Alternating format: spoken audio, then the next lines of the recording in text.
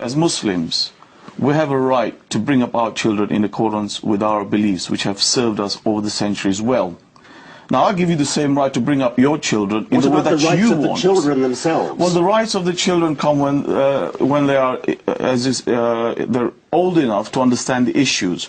Until they get to that age, it's the parents' responsibility and duty. Do you teach them that apostates should be punished? You may not share that, but that is my religion. That is the way I've been brought up, and I bring that child into this world, I educate him, I give him everything. It's my right to make sure that I bring him, and I take issue with that. You think that it's wicked, well, that's your point of view. I know that's going to make him a better human being, and what's missing is, when you talk about faith, you don't look at what faith teaches.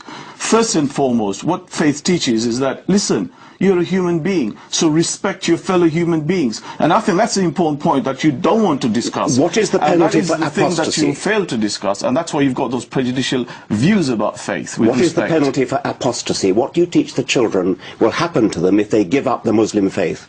Well, let's bring the debate back into Britain. What is the penalty for apostasy? I'll tell you what we will do, because we could go down this road a very long way, and it's obviously very important. Maryam Namazi was born in Iran before her family left in the wake of the Islamic revolution. You are part of the British Council of Ex-Muslims.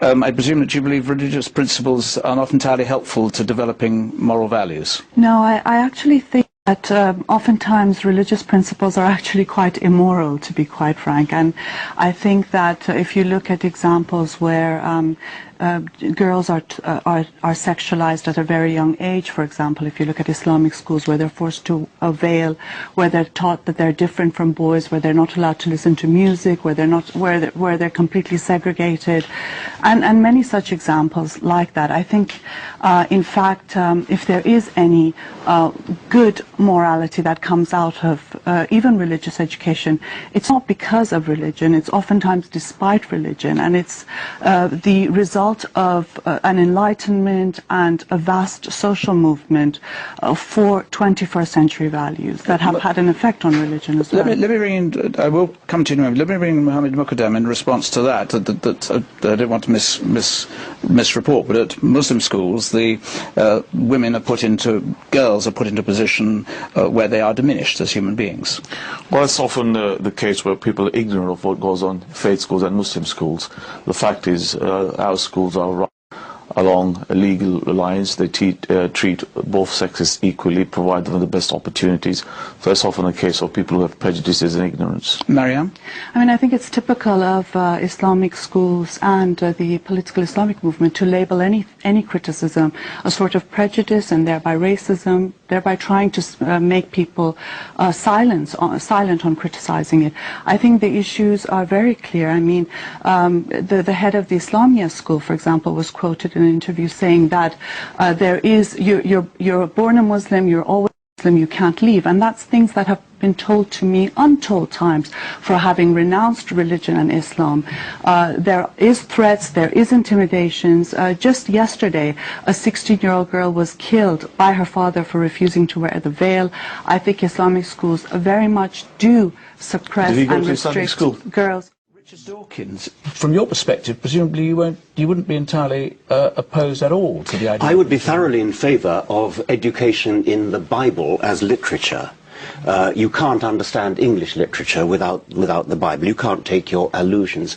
And that's an aspect of what the bishop was saying. Is absolutely right. This is a Christian country. Historically, it's a Christian country. You can't understand English history or English literature without a knowledge of the Bible. And by the way, I think one should say that the act of collective worship, I don't approve of it, but nevertheless, the Christian religion, especially I think the Anglican religion, is benign by comparison. If a child at the end of its school career wants to give up religion, the church will quite happily say, okay, go your own way.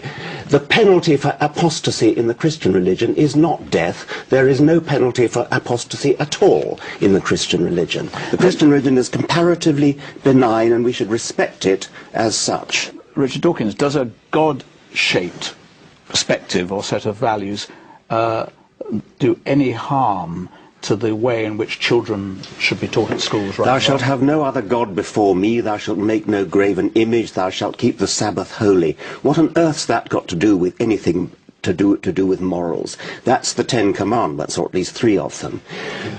It would be deeply depressing if the only way children could get moral values was from religion, either from Scripture, and God knows we don't want them to get it from Scripture, I mean just look at Scripture, or from God, being intimidated by God.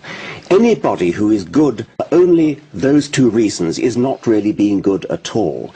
Why not teach children things like the golden rule, do as you would be done by? How would you like it if other children did that to you? So why do you do it to them? So God is not only irrelevant, God is damaging. I didn't say God was damaging, but I think it's depressing that anybody should suggest that you actually need God in order to be moral. I would hope that our morals come from a better source than that, and that therefore they are genuinely moral rather than based on outmoded scripture or based on fear. Professor Lockman said, if a child is born into a family given a certain religion, when that child growing up basically knows more about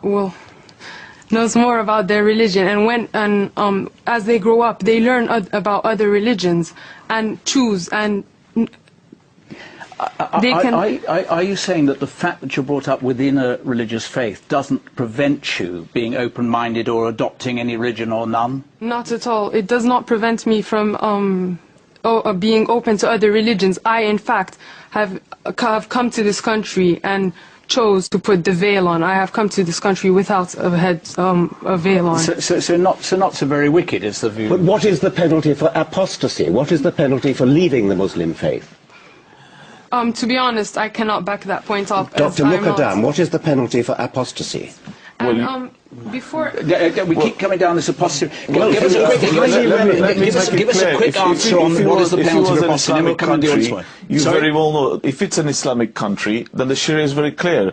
Apostasy is dealt with the death penalty. Thank you. That's all I want to hear. But what's the relevance between what happens in an Islamic country and Great Britain? I fail to see the connection.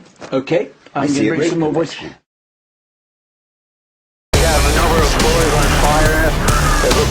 The People vs. Mohammed went #1 on Amazon and is still on the bestseller lists.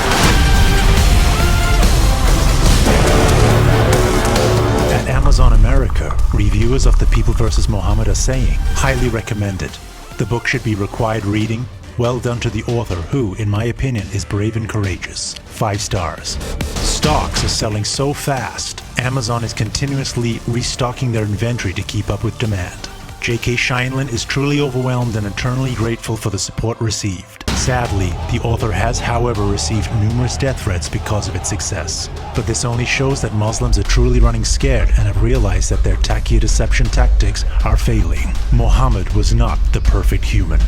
From what we've been told by numerous subscribers, Muslims are leaving Islam because of this book, although secretly, as apostasy in Islam is certain death. Just go to jkshineland.com to be taken directly to the book's listing page. Let him prove it's a religion of peace.